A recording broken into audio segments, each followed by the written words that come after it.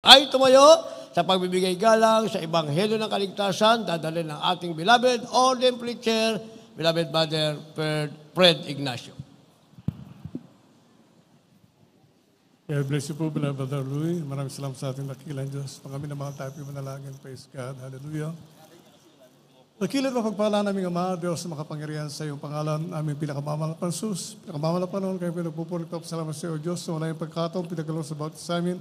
Ay pumapakinggan yung balang salita ang dalamin namin ng Diyos, magsibit ng pagkain ng aming mga kaluluwa, wala Panginoon.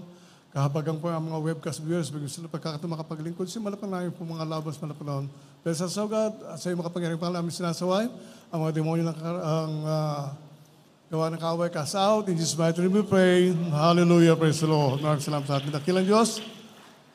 Pagmabati na isang magandang hapon sa ating minamahal, ginagawang ng Pastor Evangelista Willie Sada Almeida, the entire prophet of God. Patuloy po natin sa sariwang blessed memories and teachings of our beloved son, Pastor Lina C. Almeida. Ngayong hapon, kasama po natin, kapiling po natin ngayon, mga minamahal, beloved Yana, beloved Kim, magandang hapon po. Sa inyo lahat, magandang hapon, purihin ang ating dakilang Diyos, purihin ang pinakamamala Panginoon. Ang ating pong paksain ngayong hapon na ito ay pamagatan nating hiwaga ng kanyang pagbabalik. Sabi nga po sa balita, minamahal ko, napipinto ang Third World War. Kaya, bawat Kristiyano, inaanyayahan, minamahal ko, na tayo po ay maging matagumpay sa ating buhay bilang mga Kristiyano, minamahal ko. Bibigyan ko yung minamahal ng isang misteryo, minamahal. Ating basahin, minamahal ko, dito sa unang versikulo, unang Korinto, Kapitulo 15, ang versikulo ay 51-52. Praise God. Dito po sa unang mga tiga-Korinto, 15 talatay 51 at 52. Ganito po ang pagkasulat. Narito, isinasaysay ko sa inyo ang isang hiwaga. Hindi tayong lahat ay mga tutulog, ngunit tayong lahat ay babaguhin.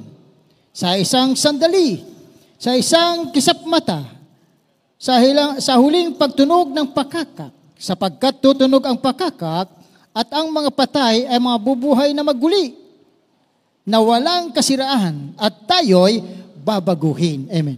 Purihin natin ang kiling Diyos. God bless you po, beloved brother Renato. Maraming salamat sa ating malapang minamahal ko. Tayo babaguhin ng ating dakilang Diyos, minamahal ko, from a corruptible body to incorruptible, minamahal ko. At hindi tayo minamahal aabot doon sa matutulog, minamahal ko. Yung matutulog, ibig sabihin yung mawawala sa daigdig. Kukunin tayo ng ating dakilang Diyos, minamahal ko, na buhay sa daigdig na ito. Kaya maging handa ang bawat isa. At tayo po, minamahal ko, ay tinawag ng ating dakilang Diyos upang maglingkod sa Kanya. Kaya nga tayo, minamahal, binigyan ng pastor, minamahal ko, upang kumandili sa atin ang kaalaman at karunungan. Kaya isang Kristiyano, minamahal ko, ay marunong, minamahal ko.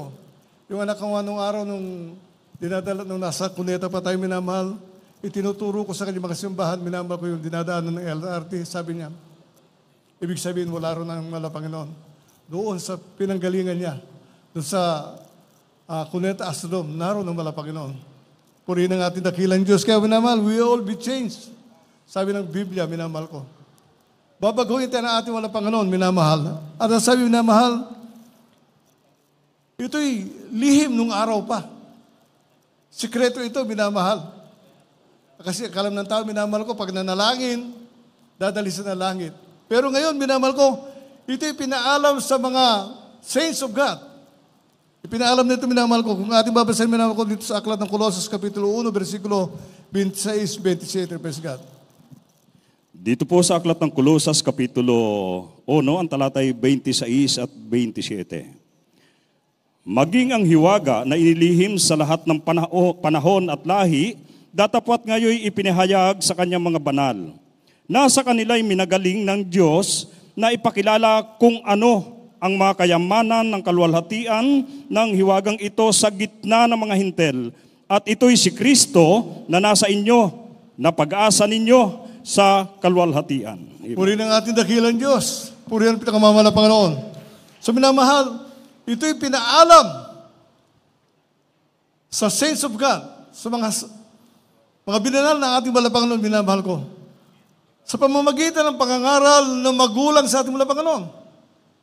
Binanal tayo ng salita ng ating dakilang Diyos, minamahal. Hindi pwedeng magkamali ka, sapagkat alam mo ito ng totohanan, minamahal ko. Ipinangaral ito. Dapat ipinamuhay mo.